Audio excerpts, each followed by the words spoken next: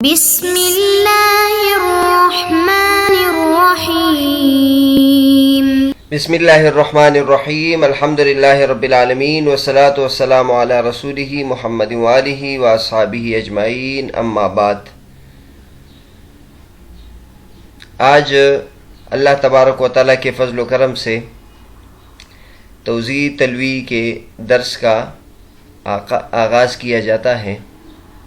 آج کی تاریخ ہے 16 ذوالحجہ سن 1443 موافق 16 جولائی 2022۔ اللہ تبارک و تعالیٰ کی ذات سے دعا ہے کہ اللہ تبارک و تعالیٰ اس کی تکمیل کی توفیق عطا فرمائے۔ جیسے کہ آپ حضرات کو معلوم ہے، توضیح تلوی یہ اصول فقہ پر ممتاز کتاب ہے، عمدہ کتاب ہے۔ انشاءاللہ اس درس میں اس کتاب کے حل کرنے کی کوشش کی جائے گی۔ کتاب شروع کرنے سے پہلے کچھ کتاب کے مبادیات کے بارے میں بتائیں گے، اس کے بعد انشاءاللہ کتاب کا آغاز کریں گے۔ آج کے سبق میں ہم علم اصول فقہ کا تعارف اور اس کی فضیلت بیان کریں گے، اور کتاب کے مبادیات میں ہم علم اصول فقہ کا تعارف اور اس کی فضیلت، علم اصول فقہ کی تاریخ، اس طرح توضیح تلوی کا تعارف اور توضیح تلوی کے جو مصنفین ہیں اس کا تعارف انشاءاللہ کریں گے۔ جہاں تک علم اصول فقہ کی تعریف ہے اور اس کا تعارف ہے، تو انشاءاللہ کتاب کے مقدمے میں اس کے بارے میں پوری تفصیل آ جائے گی، اور اس کے بارے میں انشاءاللہ وہاں ہم تفصیل ذکر کریں گے۔ البتہ یہاں بہت اختصار کے ساتھ اس کے ایک اجمالی تصور پیش کیا جاتا ہے۔ علم اصول فقہ کی تعریف یہ کی جاتی ہے: العلم بالقواعد التي يتوصل بها الیہ علی وجہ التحقیق۔ علم اصول فقہ ان قواعد کا نام ہے جس کے ذریعے سے علم فقہ کی طرف پہنچا جاتا ہے تحقیقی طریقے کے ساتھ۔ یعنی علم اصول فقہ ان قواعد کا نام ہے، ان اصول کا نام ہے جس کے ذریعے سے انسان جو فقہی مسائل ہیں اس کی طرف آدمی پہنچتا ہے تحقیقی طریقے کے ساتھ، یعنی ان کے دلائل کیا ہیں اور کس طرح وہ مسئلہ ثابت ہیں، اس کو اصول فقہ کہتے ہیں۔ یہ اس کی تعریف لقبی ہے، اور اس کے جو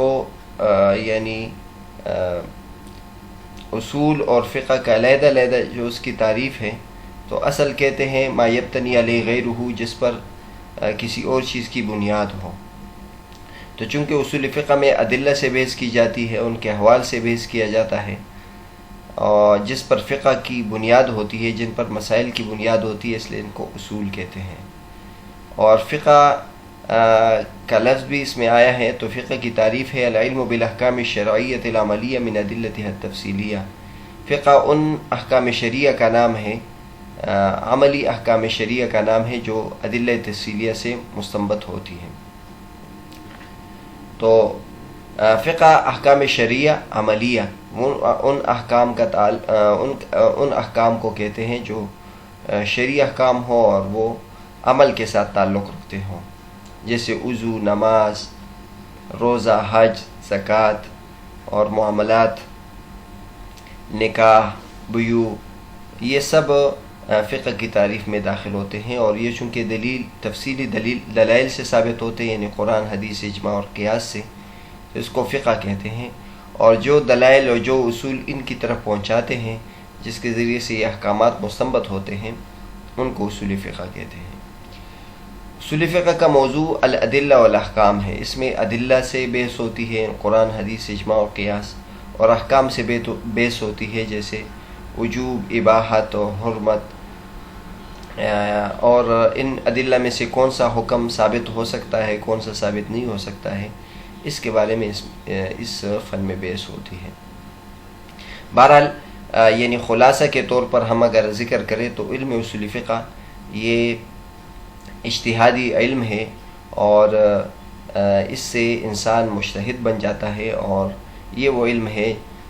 جس کے ذریعے سے انسان کو معلوم ہو جاتا ہے کہ کون سا مسئلہ کس طریقے سے قرآن و حدیث سے مستنبط ہوتا ہے۔ تو اس تعارف کی وجہ سے اس فن کی فضیلت خود بخود سامنے آ جاتی ہے۔ شریعت کا جو مقصد ہے وہ یہ ہے کہ شریعت کے احکام پر لوگ عمل کریں، اور شریعت پر عمل انسان اس وقت کرتا ہے جب کہ اس کو معلوم ہو کہ شریعت مجھ سے کیا چاہتی ہے۔ تو مجتہد وہ واحد شخصیت ہوتی ہے جس کو اللہ تبارک و تعالیٰ کے نبی کے بعد معلوم ہوتا ہے کہ اللہ تبارک و تعالیٰ کیا چاہتے ہیں،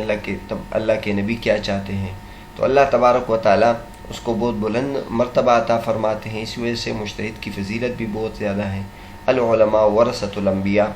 علماء انبیاء کے وارث ہیں،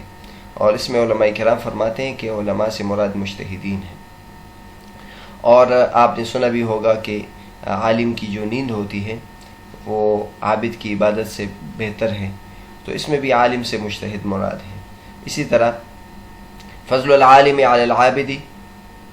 کفضل القمر لیلۃ البدر علی سائر الکواکب، عالم کی فضیلت غیر عالم پر ایسی ہے جس طرح کہ چاند کی فضیلت ستاروں پر ہے۔ جبکہ وہ 14ویں رات کی چاند ہو تو اس وقت اس کی فضیلت اور زیادہ ہوتی ہے۔ تو اس میں علماء کرام فرماتے کہ مجتہدین اس سے براہ راست مراد ہیں۔ تو ان کی یہ فضیلت اس وجہ سے ہیں کہ ان کو اللہ تبارک و تعالیٰ نے بہت بلند مرتبہ عطا فرمایا ہوتا ہے، اور اجتہاد کے مرتبے پر ان کو فائز کیا ہوتا ہے۔ تو علماء کرام فرماتے کہ اگرچہ اجتہاد کا دروازہ بند ہو گیا ہے، اب وہ استعداد نہیں رہی، لیکن اگر کوئی اس علم اصول فقہ میں اچھے طریقے سے مصروف ہو اور اس کے جو قوانین ہیں اس کو اچھے طریقے سے یاد رکھے، اور اس پر اس کے بارے میں تجربہ اس کو حاصل ہو جائے،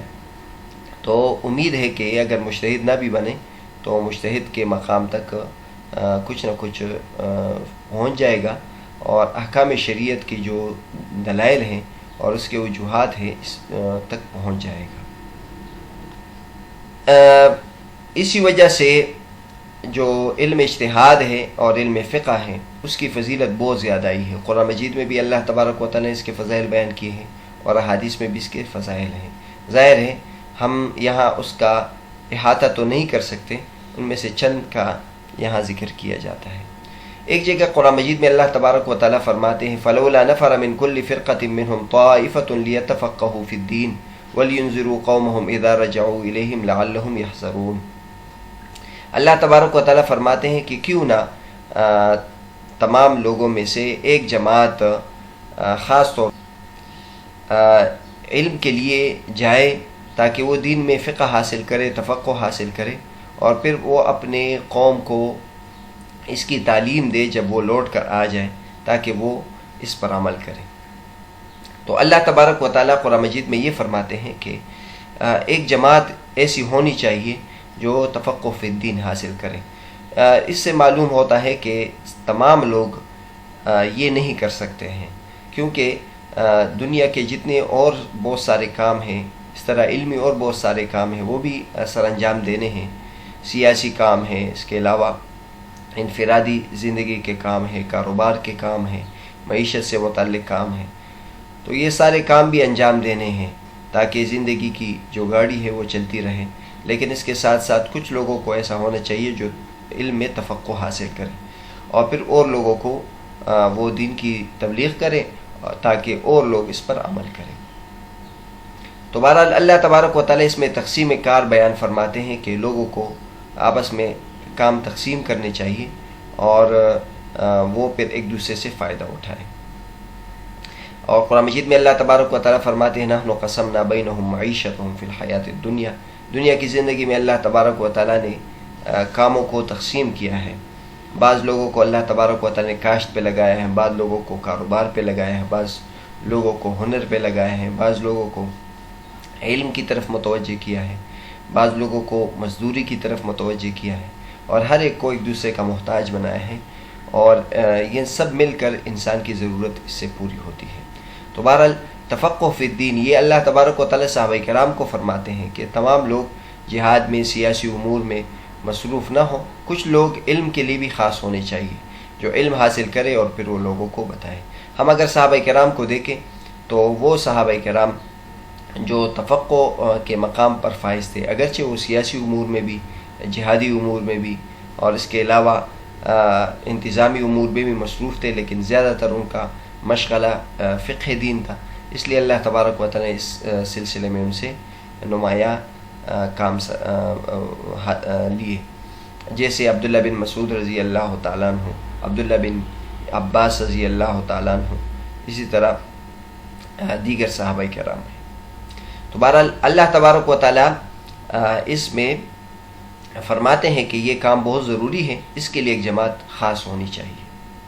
اور یہ اللہ تبارک و تعالیٰ کی طرف سے تقسیم ہے، اور یہ اللہ تبارک و تعالیٰ سے ہوا بھی اس طرح ہے کہ اللہ تبارک و تعالیٰ لوگوں کے دلوں میں بھی اس طرح ڈال دیتے ہیں۔ بعض لوگوں کے دلوں میں فقہ دین کی طرف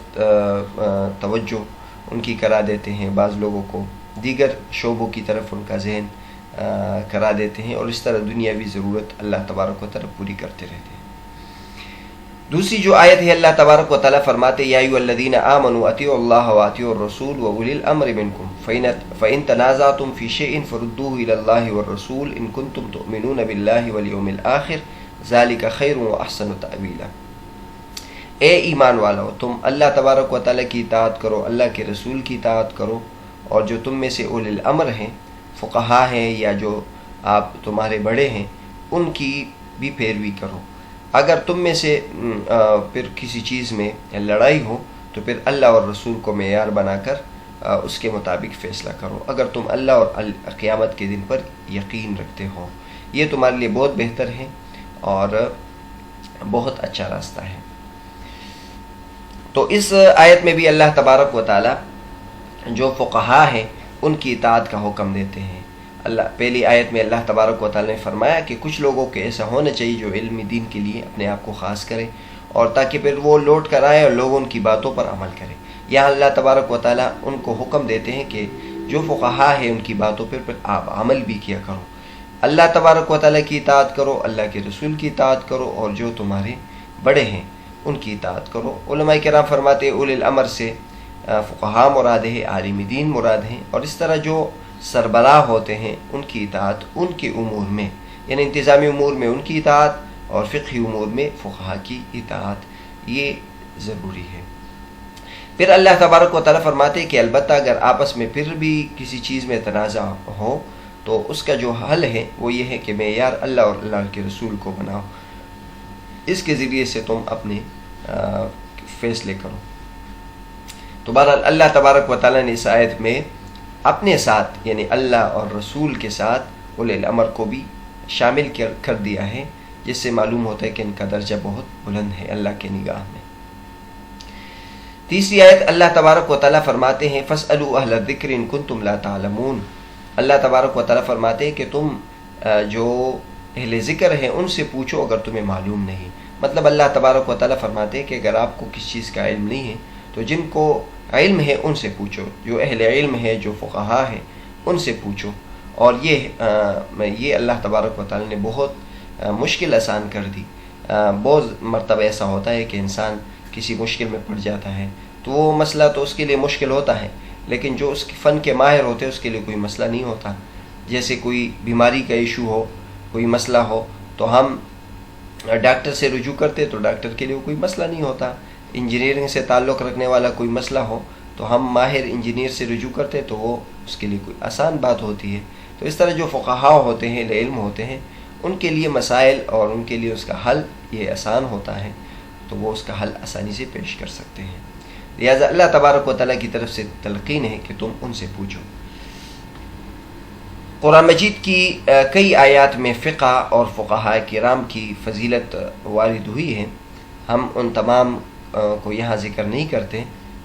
اس کے لیے جو تفصیلی کتابیں ہیں وہ آپ دیکھ سکتے ہیں۔ یہاں چند آیات کا ذکر کر دیا، اب وہ چند احادیث کا ذکر کرتے ہیں۔ احادیث میں بھی فقہ اور فقہاء اور علم دین کی تحصیل کی بہت زیادہ فضیلت آئی ہے، ان میں سے چند یہاں ذکر کیے جاتے ہیں۔ پہلی حدیث ہے، صحیح بخاری میں ہے،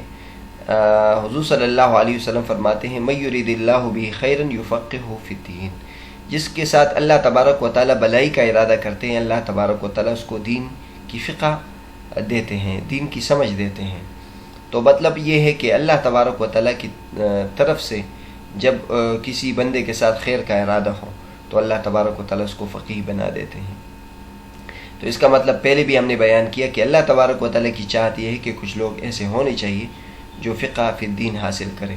اور اس حدیث میں یہ ہے کہ اللہ تبارک و تعالیٰ اس کو قبولیت دے دیتے ہیں جس کے ساتھ بھلائی کا ارادہ کرتے ہیں۔ تو اس سے معلوم ہوا کہ فقہ فی الدین یہ اللہ کی نگاہ میں بہت بلند چیز ہے، جس کے ساتھ اللہ تبارک و تعالیٰ خیر کا ارادہ کرتے ہیں، اللہ تبارک و تعالیٰ اس کو فقہ فی الدین کی توفیق عطا فرماتے ہیں۔ اور دوسری جو حدیث ہے،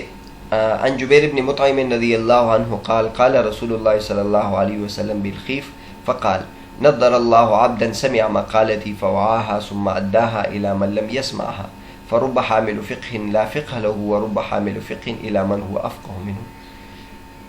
یہ حدیث مستدرک علی صحیحین للحاکم میں ہے، اور بہت سارے علماء کرام نے لکھا ہے کہ یہ حدیث اگرچہ صحیح بخاری صحیح مسلم میں نہیں ہے، لیکن یہ صحیح حدیث ہے، اور علماء کرام نے لکھا ہے، بعض علماء کرام نے اس پر رسالہ بھی لکھا ہے کہ یہ متواتر حدیث ہے۔ بہرحال یہ سند کے لحاظ سے بہت بلند حدیث ہے۔ جبیر بن مطعم رضی اللہ تعالیٰ فرماتے کہ حضور صلی اللہ علیہ وسلم خیف مقام میں کھڑے ہو کر حضور صلی اللہ علیہ وسلم نے یہ ارشاد فرمایا کہ میرا وہ بندہ سرسبز و شاداب رہے جو میری بات سنے، اس کو محفوظ کرے، اور پھر ان لوگوں تک اس کو پہنچائے جس لوگوں نے اس کو نہیں سنا۔ بعض مرتبہ ایسا ہوتا ہے کہ ایک شخص کے پاس ایک ایسی حدیث ہوتی ہے جس میں فقہ ہوتی ہے، اور اس کو خود فقہ نہیں حاصل ہوتا، اور بعض مرتبہ ایسا ہوتا ہے کہ شخص فقہ کا حامل ہوتا ہے، فقہ اٹھانے والا ہوتا ہے، یعنی اس کے پاس ایک ایسی بات ہوتی ہے جس میں فقہ ہوتی ہے، لیکن وہ ایسے شخص کی طرف اس کو پہنچا دیتا ہے جو اس سے زیادہ بڑا فقیہ ہوتا ہے۔ تو بہرحال اس حدیث میں بہت زیادہ فائدے کی بات ہے۔ سب سے پہلے تو اس حدیث میں حضور صلی اللہ علیہ وسلم نے حدیث یاد کرنے کی فضیلت بیان فرمائی ہے، اور ترغیب دی ہے کہ لوگوں کو میری حدیث یاد کرنی چاہیے اور لوگوں تک پہنچانا چاہیے۔ اور ساتھ ساتھ دوسری جو بات حضور صلی اللہ علیہ وسلم نے یہ فرمائی ہے وہ یہ ہے کہ بعض مرتبہ ایک شخص حدیث یاد کرتا ہے تو آگے پہنچانے کا ایک فائدہ تو یہ ہوتا ہے کہ دوسرا بھی اس پہ عمل کرے گا، لیکن دوسرا فائدہ اس کا یہ ہے کہ بعض مرتبہ یہ شخص اس حدیث سے اتنا فائدہ نہیں اٹھا سکتا جتنا دوسرا شخص اس سے اٹھا سکتا ہے، تو لہٰذا یہ اگر دوسرے کی طرف پہنچائے گا تو وہ فقیہ ہوگا، اس سے کئی مسائل مستنبط کرے گا، یہ کم از کم یہ یاد کرے گا، اس کو یاد کرنے کا ثواب ملے گا، اور دوسرے شخص کو اس سے جو فقہی مسائل مستنبط کرنے کا ثواب ملے گا۔ اور بعض مرتبہ ایک شخص ہوتا ہے، اس کے پاس ایک حدیث ہوتی ہے اور خود بھی استنباط کر سکتا ہے، لیکن اس کے استنباط کا جو درجہ ہے وہ بہت کم ہے، اس کے بنسبت دوسرا شخص اس سے زیادہ مسائل مستنبط کر سکتا ہے، تو اگر یہ دوسرے تک پہنچائے گا تو ہو سکتا ہے وہ ایسا شخص ہو جس سے زیادہ فقیہ ہو تو اس سے زیادہ مستنبط کرے گا۔ علماء کرام فرماتے ہیں کہ اس حدیث میں حضور صلی اللہ علیہ وسلم نے علماء کرام کی 3 درجات بیان فرمائے۔ سب سے پہلے محض محدثین، وہ محدثین جن کو صرف احادیث یاد ہوتی تھی، جیسے کہ حافظ قرآن کو صرف قرآن مجید یاد ہوتا ہے، اس کو اس کے معانی اور اس کے مطلب اور اس سے مسائل کا استنباط اور اس کی تفسیر اس کو معلوم نہیں ہوتی، تو